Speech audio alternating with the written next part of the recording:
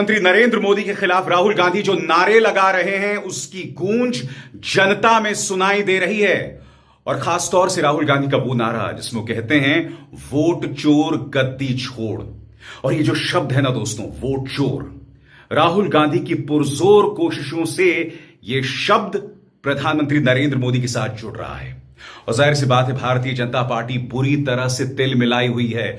और मुझे इस बात में थोड़ी सी भी, जिसे कहते हैं ना, रत्ती भर भी शक नहीं है कि राहुल गांधी ने अभी अभी जो नारे लगवाए, जो अभी अभी मैंने आपको दोस्तों, जब से राहुल गांधी बिहार के अंदर रैली करते हुए नजर आ रहे हैं, तब से भाजपा के अंदर खलबली देखने को मिल रही है। प्रधानमंत्री नरेंद्र मोदी जी हो या गृह मंत्री अमित शाह हो, बाद में जो तस्वीरें देखने को मिल रही हैं पूरी बेचैनी भरी है। दोस्तों, किस तरह से भरी जनता सीधे तौर पर मोदी की ईंट से ईंट बजाती हुई नजर आ रही है और किस तरह से मोदी जी के खिलाफ बगावत की आवाज जनता उठाती हुई नजर आ रही है। किस तरह के नारे, मोदी चोर गद्दी छोड़, या मोदी वोट चोर है, इस तरह के नारे लगाती हुई नजर आ रही है। दोस्तों, वोट चोर गद्दी छोड़, इस तरह के भी नारे लगाए जा रहे हैं। हमारे साथ वरिष्ठ पत्रकार मौजूद हैं, अवितार शर्मा। आप उनकी इस रिपोर्ट को देखिएगा, तेजस्वी यादव को उस भाषण को सुनिएगा जो सारे भाषणों में से अब सबसे खतरनाक भाषण उन्होंने दिया है। राहुल गांधी का भी भाषण इसी वीडियो के अंदर आप लोग सुनेंगे कि नरेंद्र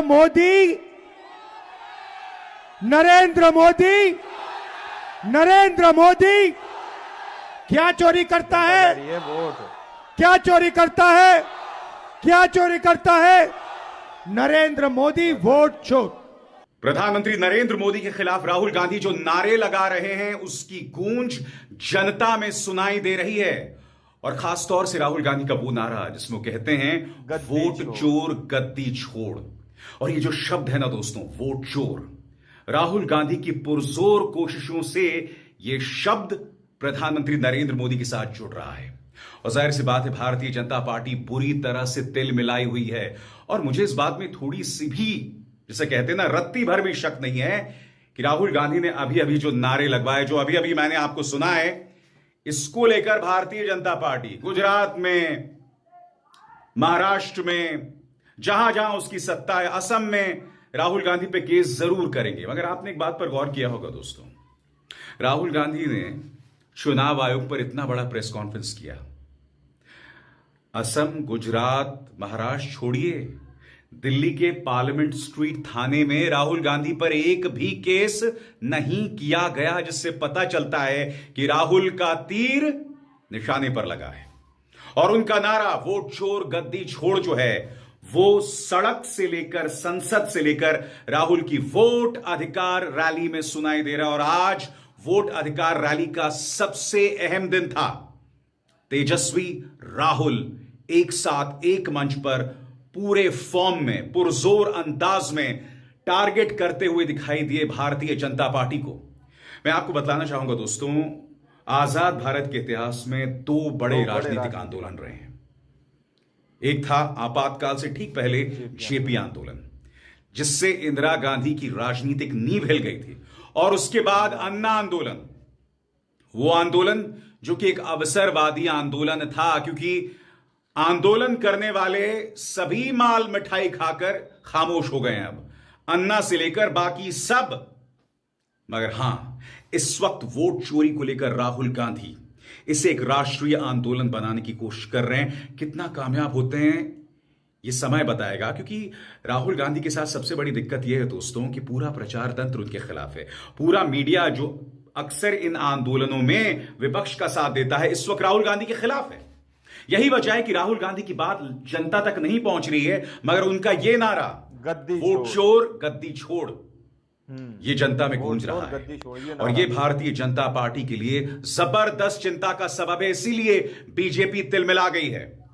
अब दोस्तों, जहां बैठे हैं वहां बैठे रहिए। पहले आप सुनेंगे तेजस्वी को और उसके बाद राहुल गांधी को। और यह कहा जा सकता है कि वोटर अधिकार रैली में दोनों के जितने भी आपने भाषण सुने हैं, ये सबसे ज्यादा सटीक, चुभने वाले भाषण हैं। बारिश हो रही थी, तेज बारिश हो रही थी, बावजूद इसके लोग वहां पहुंचे और राहुल की हौसला अफजाई की, तेजस्वी की हौसला अफजाई की, जो इंडिया गठबंधन की तरफ से मुख्यमंत्री पद के चेहरे हैं। देखिए, दोनों युवा नेता बेबाकी से अपनी बात रखते हुए। मुंगेर की जनता जिंदाबाद। तेजस्वी को, आप सब लोगों को प्रणाम है, सलाम है। और आज आप लोगों के बीच वोटर अधिकार यात्रा में बिहार के अंदर राहुल गांधी जी आप लोगों के बीच आए हैं। साथ ही साथ हमारे महागठबंधन के नेता दीपांकर जी, मुकेश जी, राजेश राम जी, हम लोग सब लोग आपके साथ हैं और ये बताने आए हैं कि किसी के माइक के लाल में दम नहीं जो बिहारियों का वोट काट दे। सीधे तौर पर आप बताओ, 2 गुजरात के लोग बताएंगे कि बिहारी कौन कौन वोट देगा। ये चुनाव आयोग से मिलकर के भाजपा के लोग बड़ी साजिश रच रहे हैं। पहले वोटर लिस्ट से नाम काटेंगे, फिर पेंशन से नाम काटेंगे, फिर राशन से नाम काटेंगे और बाद में ये गरीबी नहीं, गरीब को ही मिटाना चाहते हैं। गरीब को ही मिटाना चाहते हैं। हम लोग मुद्दे की बात करने आए। बिहार में बढ़ रहा है अपराध, लगातार हत्या, लूट, अपहरण, डकैती, बलात्कार जैसे मामले आ रहे हैं सामने। लगातार घूसखोरी, भ्रष्टाचार के मामले सामने आ रहे हैं। शिक्षा चिकित्सा में सरकार फेल हो चुकी है, नौकरी देने में ये सरकार फेल हो चुकी है। ये पेपर लीक वाली सरकार है। अब बिहार नीतीश कुमार जी से नहीं संभल रहा है। अब परिवर्तन करना कि नहीं करना? नहीं नहीं नहीं, मुंगेर की जनता जरा जोरदार तरीके से बोले, मुंगेर जिला बा गद्दी छोड़ है कि ना? तो आप बताइए, सरकार में बैठे लोगों को सत्ता से बेदखल करना है ना? एक नया सरकार बनाना है जो सभी को साथ लेकर चले, जो पढ़ाई, दवाई, कमाई, सिंचाई और सुनवाई और कार्रवाई वाली सरकार देने का काम करे, जो बिहार में गरीबी, पलायन, बेरोजगारी को हटाने का काम करे। ऐसी सरकार आप लोगों को लाने की काम करना होगा और आप लोग मिल करके कीजिएगा। लेकिन ये मोदी जी जब जब जानते हैं कि चुनाव आता है, ये हारने लगते हैं, तो कोई ना कोई तिंगरमबाजी जरूर ये करने का काम करते हैं। मोदी जी सोचते हैं कि बिहारियों को चूना लगा देंगे। ये बिहार है, बिहार। हम लोग चूना खैनी में रगड़ देते हैं।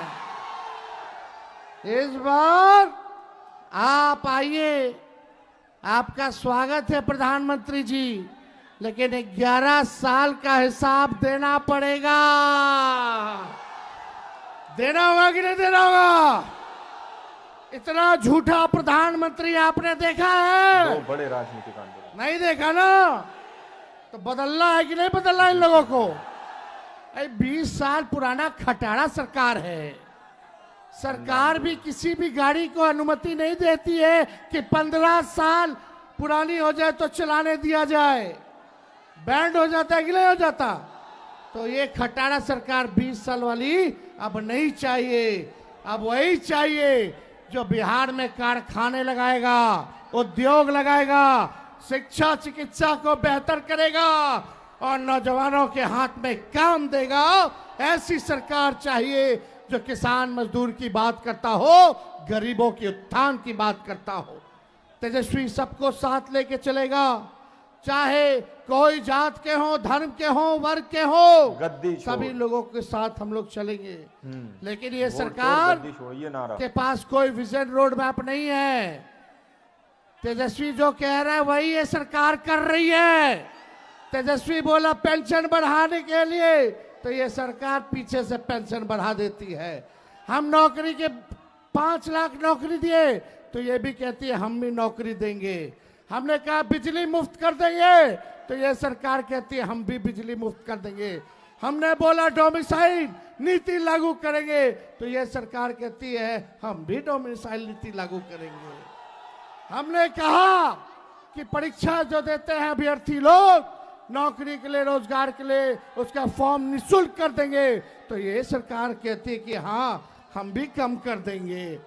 हमने बोला युवा आयोग का गठन करेंगे, तो ये सरकार ने कहा कि हम भी जो है युवा आयोग का गठन करेंगे।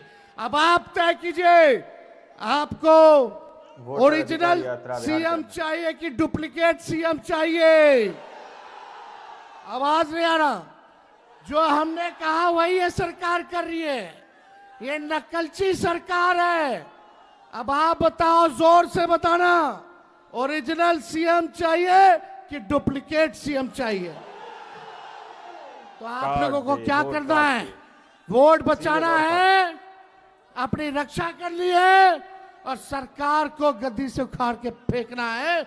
और हम धन्यवाद देते हैं राहुल गांधी जी, आप लोगों के बीच आए हैं और हम चाहेंगे कि आप लोग इनको अपना प्यार, आशीर्वाद, समर्थन, साथ देने का काम करें, ताकि ये देश के संविधान और लोकतंत्र को बचाने का काम करे।